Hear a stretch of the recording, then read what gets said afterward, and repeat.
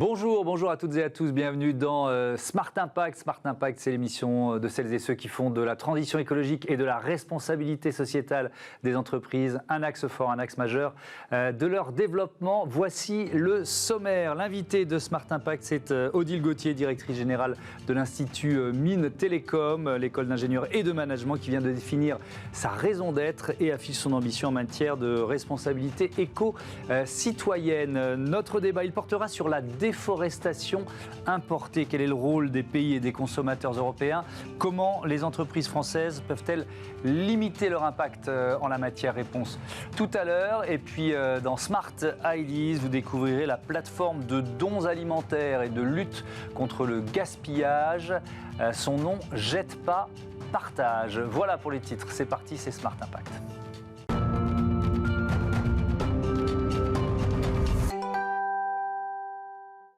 Bonjour Odile Gauthier, bienvenue. Bonjour. Vous êtes donc la directrice générale de l'Institut Mines Télécom. Plus de 13 000 étudiants formés chaque année. Ça veut dire qu'il y a combien d'écoles ?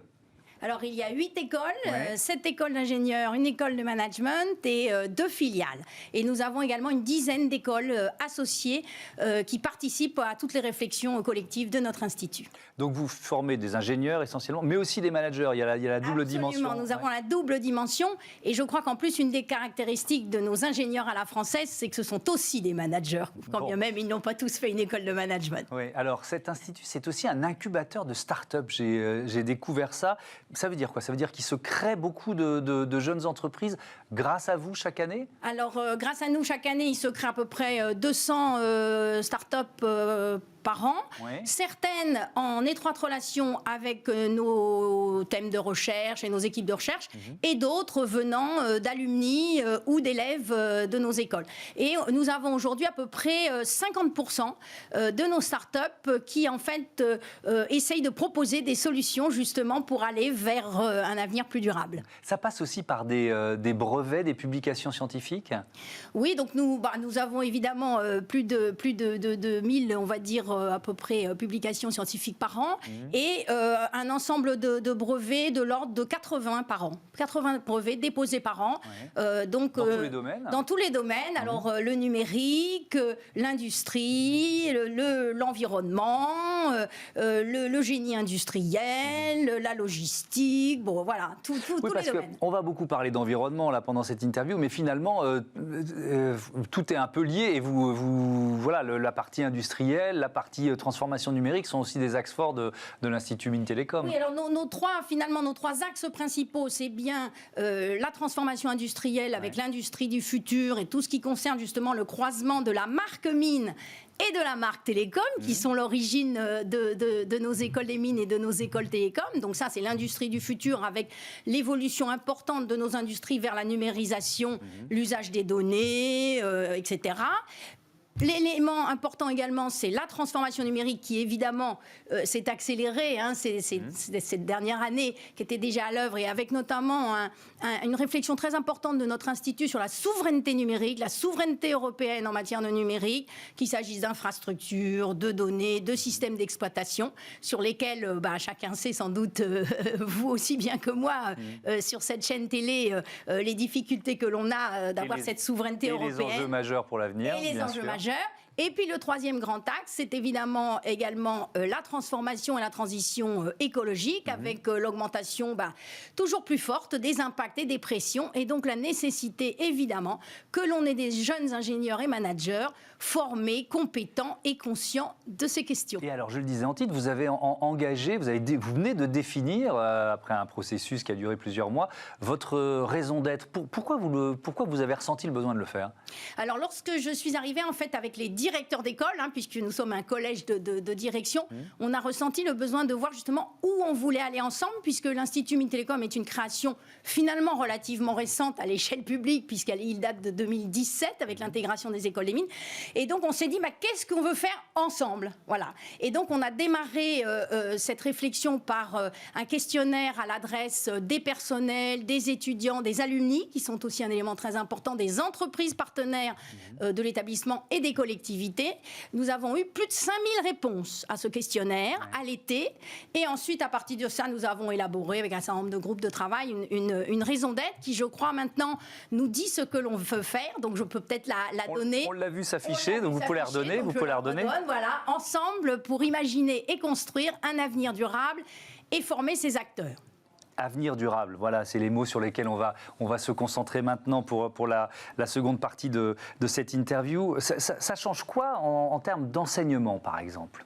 Alors, ce qu'il faut bien voir, c'est qu'on a vraiment l'envie, au travers de cette raison d'être, d'intégrer ces questions de transition écologique et cet objectif d'avenir durable dans toutes nos missions. C'est-à-dire notre mission de recherche, imaginer, notre mission de travail avec les entreprises, construire, et notre mission de formation pour former effectivement les futurs décideurs et acteurs. Donc, ce qui est important, c'est que déjà, on a voulu faire une mobilisation collective des élèves et des personnels, avec notamment une fresque du climat, par exemple, pour tous les étudiants de première année dès cette année et qui va se rejouer en septembre. Beaucoup de personnel de l'Institut formé pour pouvoir justement faire cette fresque du climat.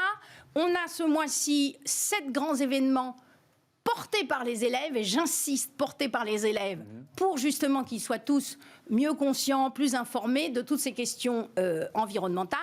Et ce qui est très, très important dans cet engagement collectif, c'est qu'on a d'ores et déjà 3 écoles labellisées développement durable, responsabilité sociale et classées au Times Higher Impact des objectifs du développement durable de l'ONU.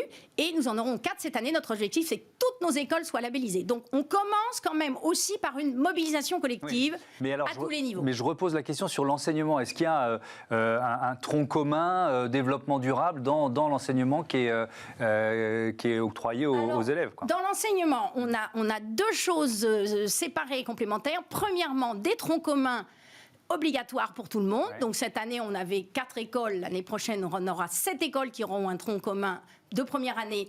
Et en 2022, les 8 écoles auront un tronc commun première année et deuxième année. Donc ça, c'est très important. Mais pour aller au-delà, ce qui est important, c'est l'intégration de ces préoccupations environnementales dans un maximum de cours. Il faut que ce soit un peu transversal. Et donc ça, il faut que finalement, chaque équipe d'enseignants-chercheurs, chaque programme pour chaque spécialité intègre la réflexion environnementale, les controverses, les perspectives de l'intégration de l'environnement dans leur discipline. Par exemple, le numérique frugal, l'énergie avec les énergies vertes, etc. Donc, on essaye de faire vraiment, et là, on est, je pense, bien positionné là-dessus par rapport à d'autres groupes d'écoles, c'est qu'on travaille vraiment sur les compétences du futur ingénieur, la définition des compétences, par exemple, du futur ingénieur avec la commission d'éthique d'ingénieur. Est-ce que pour les professeurs, ça suppose une petite révolution culturelle pour certains d'entre eux ? Alors d'intégrer ça. Oui, évidemment, parce que chaque enseignant-chercheur a un nombre d'heures limité dans lequel il voudrait pouvoir tout mettre, et il a toujours énormément de choses passionnantes. Donc il va devoir renoncer à certains et il va devoir un petit peu renoncer. Donc c'est difficile. Mais alors, justement, c'est d'où l'importance d'avoir la mobilisation de tous les enseignants-chercheurs.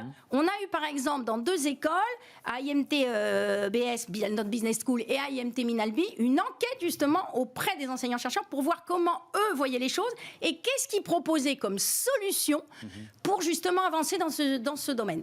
Et on va mettre en place donc dès l'été 2022, parce que l'été 2021 les circonstances sanitaires sont pas bonnes, une école d'été sur justement la transformation pédagogique intégrant la dimension environnementale. Et puis alors, vous avez organisé, je crois que c'était il y a 2 mois, un forum sur la sobriété numérique. Là, on est en plein dans deux des objectifs dont on parlait. Qu'est-ce qu'il en est ressorti ? C'est une boîte à idées. On a eu à peu près 600 étudiants qui ont à la fois participé à un jeu sérieux qui s'appelle Galactica et à ce forum de la sobriété numérique. Donc l'enjeu, c'est de pouvoir faire comprendre à la fois aux élèves, donc je disais il y avait 600 étudiants, mais il y avait aussi beaucoup de personnel qui ont été formés aussi à l'animation de la fresque du numérique, c'est d'essayer dans son usage du numérique de voir quelles sont les possibilités finalement d'économiser de l'énergie et d'économiser aussi d'ailleurs des matières en utilisant moins d'objets numériques. Oui, effectivement, donc on peut se dire que voilà, il y a une réflexion pour inventer le numérique de demain. Je vais terminer par une question qui est presque philosophique. C'est le défi de notre génération, évidemment, mais c'est aussi le défi de la génération des étudiants que vous êtes en train de former. Alors moi, je dirais que je suis engagée dans l'environnement professionnellement depuis plus de 30 ans. Et si j'ai décidé de m'engager dans un métier qui est plus sur la recherche et la formation des jeunes, c'est parce que je pense que vraiment, c'est par les jeunes, effectivement, qui auront bien compris, qui ont envie de ça, qu'on pourra avancer. Et d'ailleurs, j'insiste sur notre approche à l'Institut Mintelecom qui se fait complètement avec les étudiants, avec les représentants d'étudiants qui eux-mêmes ont participé à la construction de ces programmes communs. Et je dois dire que je voudrais ici remercier non seulement les enseignants, chercheurs et personnels de l'Institut, mais également les enseignants, évidemment, et les élèves qui se sont beaucoup mobilisés. Et ben voilà, le message est passé. Merci Odile Gauthier. On souhaite le meilleur à vos étudiants et envoyez-nous quelques-unes de vos startups, ça peut nous intéresser ici à Smart Impact. Sans problème, sans problème. Tout de suite, notre débat sur la déforestation importée. Retrouvez le débat de Smart Impact avec Veolia.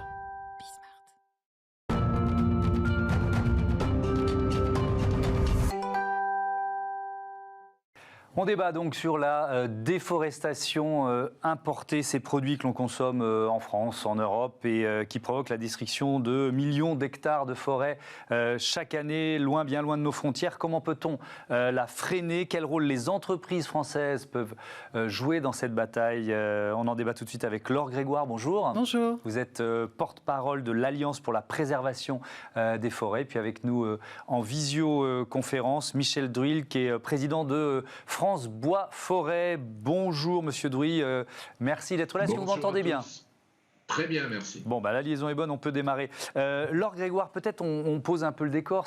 De quels produits on parle quand on évoque cette déforestation importée? Quels produits nous consommons, nous, ici en Europe? Alors, à 75%, la déforestation est liée à des matières premières agricoles, à l'agriculture. Donc, c'est toutes les matières premières, comme le cacao, le café, le soja, l'huile de palme. Je vous le donne dans le désordre. Voilà. Oui, celui dont on parle le plus souvent, c'est l'huile de palme, mais il y en a Celui qui déforeste le plus, c'est le soja. C'est le soja, d'accord. Suivi de l'huile de palme et puis du cacao. Le caoutchouc naturel, j'ai vu ça aussi. Le caoutchouc naturel aussi a un impact sur les forêts d'Asie du Sud-Est. Et les élevages bovins. Les élevages bovins, oui, qui ont un impact du côté de l'Amérique latine, en particulier l'Amazonie. Et Michel Druil, il y a aussi évidemment la filière bois. Ça a un impact sur la déforestation importée? Oui, non, nous sommes plutôt l'élément qui permet justement de lutter contre la déforestation importée, puisque la filière forêt-bois française produit elle-même beaucoup de bois, et donc nous sommes plutôt un rempart contre la déforestation importée. Mais il y a du bois, je parle au niveau européen, il y a quand même des importations de bois exotiques, ça continue d'exister. Oui, sauf que la quantité de bois exotique importé a énormément diminué. Et je reviens sur l'intervention précédente, c'est vrai que s'il y a déforestation dans le monde, c'est essentiellement dû pour des raisons agricoles ou énergétiques. Donc effectivement, les pays occidentaux importent beaucoup de produits, et beaucoup trop, de produits qui éventuellement peuvent agir sur la déforestation de certaines zones, en particulier dans l'hémisphère sud.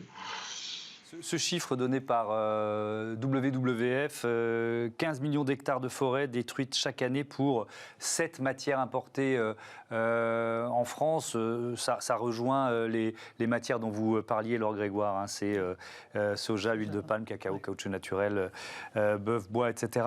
L'Alliance pour la préservation des forêts, vous en êtes la porte-parole. C'est quoi? C'est une coalition d'entreprises, c'est ça? Oui, c'est exact. C'est un collectif d'entreprises qui est engagé dans la lutte contre la déforestation, donc qui a un impact sur la déforestation parce qu'ils sont acheteurs de matières premières liées à la déforestation tropicale, donc les matières premières dont on vient de parler.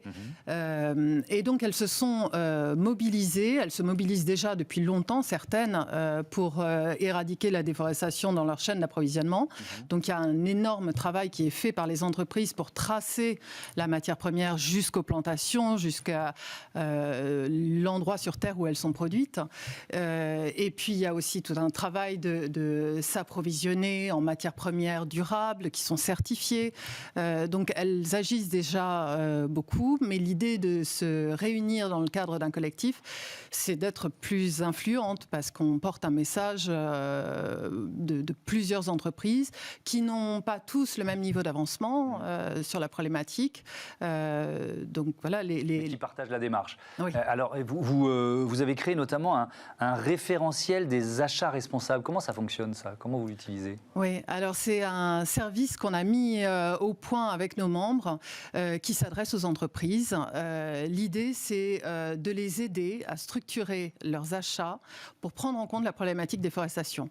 Parce qu'il y a des entreprises, comme je disais tout à l'heure, qui sont très avancées sur la question de la déforestation. Ça fait 20 ans qu'elles y travaillent. Elles ont énormément investi et elles ont aujourd'hui des chaînes d'approvisionnement propres, presque exemptes de déforestation. Il y en a d'autres qui sont plus petites, qui ont moins de moyens, qui n'ont pas été sensibilisées à la problématique de la déforestation et qui, du coup, se soucient maintenant de cette problématique dont on entend de plus en plus parler et donc qui ont besoin aussi d'avoir ce soutien-là. Donc, c'est un service qu'on apporte à ces plus petites entreprises, ou pas forcément petites, mais qui démarrent sur cette problématique. Donc, de les conduire vers ce travail de structuration de leurs achats et prendre en compte la déforestation. Michel Druy, le gouvernement français veut lutter contre cette déforestation importée. Pour vous, ça passe par quoi? Peut-être d'abord par une meilleure information des consommateurs, des entreprises, on en parlait à l'instant. Oui, je crois, mais juste un petit retour en arrière, j'aimerais bien vous refaire un petit brin d'histoire et parler cette fois-ci de la forêt française et de la déforestation de la forêt française. Historiquement, nous avons aujourd'hui tracé la courbe d'évolution de la surface forestière de la France depuis 15 000 ans, et avec des chiffres qui sont relativement fiables. On remonte jusqu'à l'ère glaciaire, pour se rendre compte que 6500 ans avant Jésus-Christ, nous avions 47-50 millions d'hectares de forêt en France, qu'au début de l'ère chrétienne, nous en avions encore 38 millions d'hectares, et qu'au milieu du 19e siècle, en 1850, nous avions à peu près 8 millions et demi d'hectares. Ça veut dire que nous avons déforesté ce pays, la France, jusqu'en 1850. Je vous rassure, aujourd'hui, on est en pleine reforestation et non en déforestation, mais jusqu'en 1850, nous avons déforesté. Nous avons déforesté pourquoi? Parce que nous savons tracer aujourd'hui la corrélation entre la déforestation de la forêt française, donc essentiellement des deux millénaires et même avant, et nous savons la corréler avec l'augmentation de la population. L'augmentation de la population est la principale cause de la déforestation de la forêt française. Pourquoi je vous fais ce brin d'histoire? Parce qu'il faut quand même faire le lien avec ce qui se passe aujourd'hui dans le monde. Et donc, cette déforestation, elle était liée, d'une part, au besoin de se nourrir, donc il fallait des terres agricoles, mais également au besoin de se chauffer et au besoin de cuire ses aliments. Et le bois a toujours servi a eu toujours ces trois objectifs. L'objectif, évidemment, de nourrir le monde, c'était de fournir des terres agricoles. Et en 1850, à la suite des événements, et nous inventons le charbon, le pétrole et le gaz, en particulier leur usage. Et à ce moment-là, on a moins besoin de bois pour l'énergie. Et en même temps, on augmente les... Pardon, je vais vous interrompre parce qu'on n'a pas vraiment le temps de faire un cours d'histoire, même si c'est passionnant. Je vais vous poser la question. C'est moi qui vais vous poser la question. Quelles leçons vous en tirez pour aujourd'hui? Parce que c'est ça qui m'intéresse. Est-ce que ça veut dire que c'est inéluctable? Alors aujourd'hui, c'est pas inéluctable du tout en France, puisqu'aujourd'hui nous reforestons. La surface de la forêt française augmente tous les ans, et elle atteint aujourd'hui 17 millions d'hectares. Donc vous voyez qu'on peut avoir de la forêt, tout simplement parce qu'on a gagné effectivement de la surface sur les terres agricoles.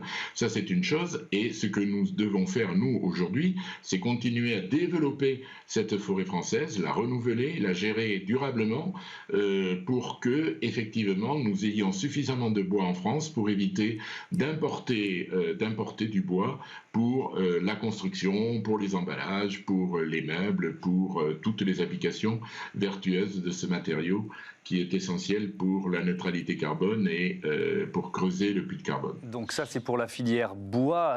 Laure Grégoire, si on revient à la partie agricole, parce qu'on a bien compris que la grande majorité des produits qu'on consomme, ils sont effectivement dans cette filière agroalimentaire.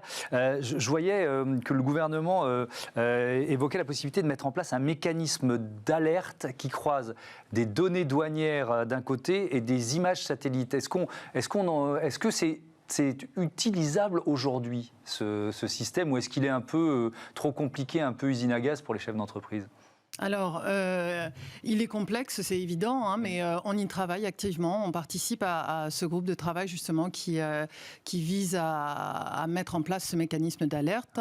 Et c'est quelque chose qu'on demande, oui. Donc, on est tout à fait moteur dans la mise en place de ce mécanisme d'alerte. On pourrait vraiment suivre en temps réel l'accroissement du risque, en fait, le seuil à ne pas dépasser, en quelque sorte. Oui, et puis ça permet aussi d'identifier, de tracer toutes les chaînes d'approvisionnement de ces matières premières qui arrivent dans nos ports en Europe et de remonter jusqu'aux terres qui ont été dégradées, déforestées, dont est extrait ces matières premières. Il faut aller plus loin. On a beaucoup parlé de la France et de ce que faisaient les entreprises françaises avec votre alliance, mais il faut une législation européenne en la matière. Oui, et alors la bonne nouvelle, c'est qu'elle est prévue. Elle doit sortir dans le courant de l'été. Donc la bonne chose, c'est que la Commission européenne s'est engagée à publier une proposition législative avant l'été. Et donc nous, très logiquement, en tant que représentants du secteur privé engagés sur la problématique de la déforestation, on participe au groupe de travail et aux consultations qui sont mises en place par la Commission européenne. Et on porte un certain nombre de mesures qu'on espère voir adoptées dans cette législation. On suivra ça évidemment de près. Merci beaucoup, merci Laure Grégoire, merci à tous les deux. On passe tout de suite à Smart Ideas, une association à l'honneur aujourd'hui. Smart Ideas avec BNP Paribas. Découvrez des entreprises à impact positif.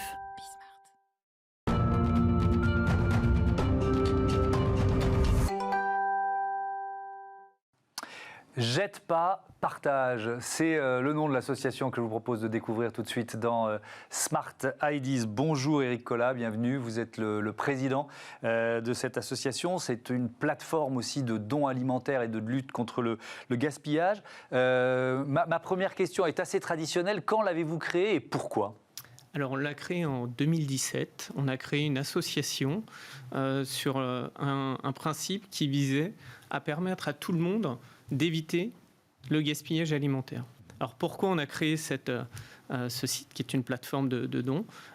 On est parti d'un constat qui est relayé, qui est identifié dans une étude de l'ADEME. Le gaspillage alimentaire, alors sans vous noyer dans plein de chiffres, c'est 10 millions de tonnes. Alors, quand on regarde ces 10 millions de tonnes... En France, chaque année. En France, chaque année, à peu près. Quand on regarde ces 10 millions de tonnes, on se dit « waouh !» Et en fait, dans cette étude, on a identifié que ça concernait tout le monde. Oui, donc, il ne s'agit pas de culpabiliser les consommateurs, de nous culpabiliser. C'est un peu dans toutes les étapes de la chaîne alimentaire. Tout au long de la chaîne de mise à disposition des aliments, va y avoir une quote-part qui va être perdue, qui va être jetée. Et donc, dès la production, c'est plus de 30% dès la production. Quand on regarde un petit peu de manière macro, c'est à peu près effectivement 30% au niveau de la production, donc ce qui est laissé au champ, ce qui n'est pas mangé à la suite de la pêche. Voilà. Donc ça, c'est au niveau de la production. Ensuite, au niveau de la transformation et de la distribution, on est à peu près un tiers. Et au niveau de la consommation, on est un tiers. Donc quand on regarde cet enjeu, il est énorme. On voit que ça concerne tout le monde. Et en même temps, quand on interroge les gens, on se dit finalement, personne ne gaspille. Parce que quand on regarde, par exemple, sur le tiers de ces 10 millions de tonnes. Donc au niveau des consommateurs, donc il y a une partie qui fait partie finalement d'une part incompressible, qui est par exemple, on épluche les légumes, donc il y a une partie, voilà, ça c'est incompressible. Mais quand on regarde ça représente au total sur ce tiers, c'est 29 kilos par an. Ces 29 kilos par an, et par habitant, quand on les rapporte par jour, ça fait à peu près 80 grammes. Donc finalement, c'est pour ça que les gens n'ont pas l'impression de gaspiller. Et quand on regarde, encore une fois, cette étude a montré que 7 kilos par an, donc sur ces 29 kilos au niveau de la consommation par habitant, 7 kilos par an étaient des produits qui n'étaient même pas ouverts et qui finissaient à la poubelle. Donc c'est là que vous intervenez, on va rentrer un peu dans la mécanique de la plateforme. Comment ça marche? Il y a un bouton, c'est assez simple, il y a un bouton donner, un bouton collecter, c'est ça? Exactement. En fait, donc, on a la possibilité qu'on soit une entreprise, une administration, un particulier, de donner à travers le site des produits alimentaires en respectant un guide de don. Et donc de les proposer soit à des particuliers, ça c'est plus pour les petites quantités, soit à des associations qui sont en partenariat avec Jette pas partage. Et aujourd'hui, on a 30 associations qui sont en partenariat. Voilà. Et on a lancé le site après avoir créé donc l'association en 2017. On a lancé le site après avoir travaillé sur la mise en place de cette plateforme en février 2018. Alors, est-ce que vous avez besoin de soutien? Parce que vous faites ça en plus de votre métier pour que ces bonnes pratiques se diffusent le plus possible. Alors effectivement, nous aujourd'hui, on est tous bénévoles. Donc on a tous une activité professionnelle en parallèle. Et donc nous, on a clairement deux objectifs. L'objectif, c'est de promouvoir cette plateforme. Et un deuxième axe, c'est effectivement que des entreprises puissent nous soutenir. On a des idées qui sont pour l'instant dans les cartons. Et du coup, on peut aussi proposer donc pour valoriser le soutien des entreprises, on peut leur proposer des séminaires qui s'inscrivent dans une logique également dynamique, positive, pour sensibiliser, non pas stigmatiser les comportements, mais sensibiliser sur les enjeux, les facteurs d'explication qu'on conduit depuis les années 50 à ce constat, et puis des solutions. Pas que la nôtre, il y en a d'autres. Et en fait, je pense que ça renvoie un peu à des sujets environnementaux. Ça doit passer par tout le monde. On doit pas. Il y a un cadre législatif, il y a des entreprises qui font des efforts, mais aussi il y a des individus, des consommateurs, et donc tout le monde doit contribuer à une démarche un peu plus vertueuse, parce qu'on voit que nos comportements parfois renvoient à des limites. Et voilà, et si il y a pas mal de directeurs RSE qui nous regardent, si vous voulez aider l'association Jette pas, partage, n'hésitez pas à contacter Éric Collat. Merci beaucoup, à bientôt sur Bismart. Voilà, c'est la fin de cette émission. Je vous dis à demain, 9h, midi, 20h30 sur la chaîne des audacieuses et des audacieux. Salut.